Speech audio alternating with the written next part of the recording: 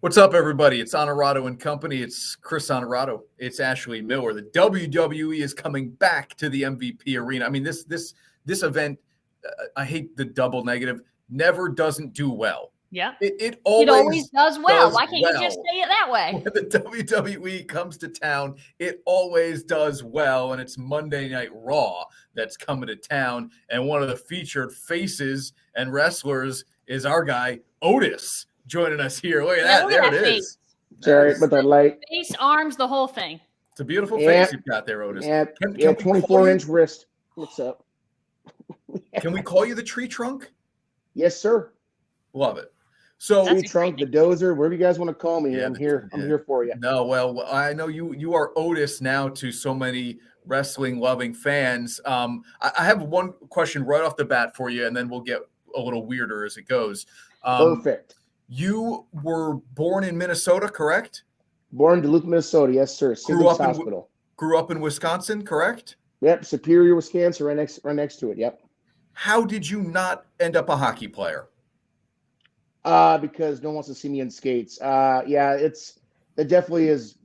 is definitely because I believe our high school is in state every year. It's a big hockey area. Yeah. But for some reason, man, it was just football and wrestling for me. I mean, I'm not great on my feet, as people know. I'm only great on my feet in a ring during a wrestling match or football. I can't do anything that's, not saying hockey is very what's the word for it? They're very smooth on the ice. I cannot be smooth on the ice. So hey, leave for the real hockey players to play. But I'm also a very big hockey fan. So hey, I enjoy watching hockey and enjoy watching the fights. There you Yeah, go. that's the best part. Yeah. That's the Oh best yes, part. testosterone can ruin any kind of argument. Football, you were a lineman, yeah? Yep, I was nose guard, so yeah, I plugged that middle up there pretty good. I don't have a great tackle record because I always had three guys on me or four to stop the dozer. So Yeah, I mean, yeah. And one time I was a fullback for one play, right 44 stack, which I Did you score? pretended to have the ball. So I was play just action. waddling to the first down. Okay. man, All right. that's be some effective fullbacking and line clogging. It's Yes, awesome. yes, man. We can move. We can move the weight.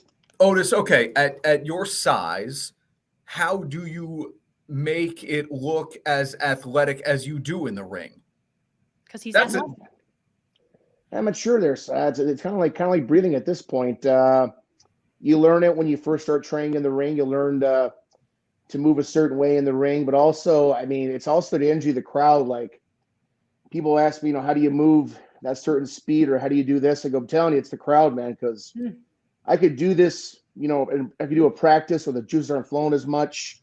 And I'm not not with my steps as much. And all of a sudden in front of people, 20,000 people, and I'm ready to rock. So, I mean, it's hard to say there, but I've always been a big athlete. So I guess it's just like breathing for me. It's like riding a bike, even though I can't ride a bike right now. I'm too big for one. Otis, your background is Roman Greco wrestling. Greco-Roman, huh? Greco-Roman. Greco-Roman, sorry. At what point do you does there have to be a switch that flips for you to think like, hey, I could do this professionally in terms of like WWE, that type of professional wrestling versus Olympic and sticking with the Greco-Roman wrestling? Or can you do both? Did you try to do both initially? Not really. It's kind of like you're kind of fully into to sports entertainment. It's kind of like you're fully into Greco-Roman wrestling. You can't do both. I mean, the only person I know who's done both, and that's how I've been. That wasn't wrestling as MMA. Was Bobby Lashley did MMA and professional wrestling at the exact same time. For me, I don't know. He's a freak of nature though, so that's Bobby. For me, it's like you got to focus on one or the other. So once I was done with Greco, I was done. I was like, that's it. I'm going to do my first love, which was sports entertainment. I basically told my dad when I drop out of college and give this a try. So it's not great advice right there, but I just went full steam ahead there.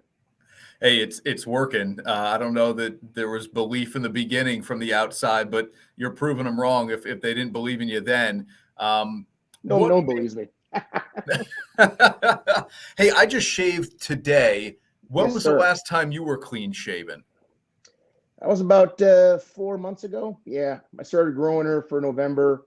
I did a new look for the Alpha Academy a while back, but right now we're getting more greasier, more hairier as we get on there. Did you know you had that full beard in you? Did you know you could grow it to that degree? I did not at first, because let me tell you something. I had the best beard neck. Ooh. What I mean by that in high school is you don't grow anything from chin up, but everything grows from double chin down. So it's very challenging at first. And I guess as you get older, you start getting that, that grown man strength. You start getting that real testosterone in you. Then you can finally grow a beard. Hey, Otis, you've got a Raw Tag Team Championship this year. You mentioned Alpha Academy. What are we going to get Monday night? What can fans expect when they see the product in the ring at MVP Arena? I would say you're going to get for sure a shoosh from the master Chad Gable. As he says, he doesn't like people talking while he's talking. That's my tag team partner. And you're going to see a lot of technician from Chad Gable himself. He's very smooth in the ring. Like I said, with hockey, he makes everything look easy. He's one of the best wrestlers in the world. And I get a front row seat every time I'm on that ring apron watching him do what he does. He'll tag me in. The buck stops there. I'm going to come in. I'm going to run people over. That's why they call me the Dozer, Otis the Dozer. Coming in, clothesline, back elbow, body slam. We're going to see a lot of action, see a lot of top athletes in the ring. Men, ladies, both divisions are going to bring it, guys, always on Monday Night Raw. The shoosh, I love. The T-shirts are in. Yes.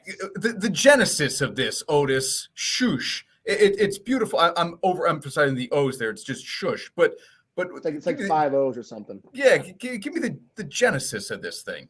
It's taken off, man. It's all over Reddit. It's everywhere. Yeah, it's I would say that we definitely have a Chris Farley, David Spade relationship outside of the ring where it's just constant, like, without the camera on us. I mean, people wouldn't believe the way we live. I mean, it's like I'm constantly giving crap to Gable. He's giving crap back to me, and it's just kind of that fun relationship. But we always loved Pauly Shore. We always loved Insano Man.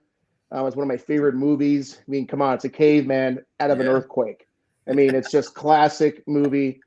And the bad guy, the cool, good-looking boyfriend who's a bad guy, says "shoosh," and we basically were like, well, of course, Gable, his mind starts going, and pretty soon, but the rest of all that stuff was basically on him, man.